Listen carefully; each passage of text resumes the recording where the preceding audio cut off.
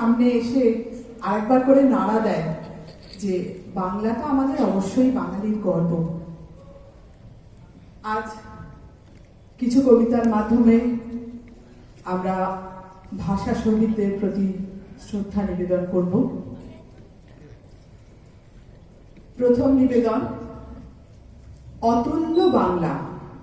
এই কবিতাটির কবি বাংলা থেকে অনেক দূরে আন্দামানে বাস করেন, কিন্তু সেখানে থেকে তিনি বাংলার যে চর্চা করেন, কবিতা লেখা শুধু নয়, আরো বাংলার উপরে যা লেখালেখি করেন, যে চর্চা করেন, সেটা আমাদের কাছে খুবই গর্বের বিষয়।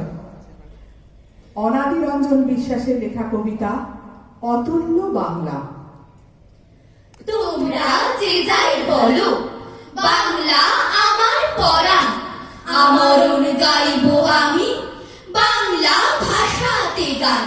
ক্ষতি নেই সে গান যদি না শোনে বিজ্ঞ মানুষ। আমরণ আগেও আমার থাকে যেন বাংলাতে হুঁশ। বেজাতে বলছে পাগল, বাংলা দেয় কি খেতে? তাহলে বাংলা নিয়ে বাঁচা কোন আনন্দেতে? আমি কই মার ভাষাতে কথা বলে তৃপ্তি চাপাই, সেটাই অনেক বেশি, বাকি সব ধানাই পানাই।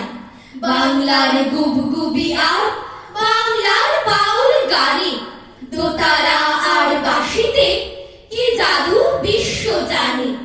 লাল পেরেমার শাড়ি আর জুই সাদা চাদর ধুতি, আজও কারি সবার নজর ছড়িয়ে অতুল দুতি। বাংলার রবীন্দ্রনাথ, বাংলার বীর ক্ষুদিরাম, বাংলার সুভাষ বসু, আর কত অজস্র নাম। এরা সব বাংলা ছুঁয়ে বাংলার বিজয় কেতন ওড়ালেন বিশ্বে এখন যারা কি অর্ধ চেতন। তারা কি মূর্খ দেখো, ভুলে গিয়ে বাংলা ভাষা হয়ে ওঠে পর পেখমি বাংলার কীর্তি নাশা।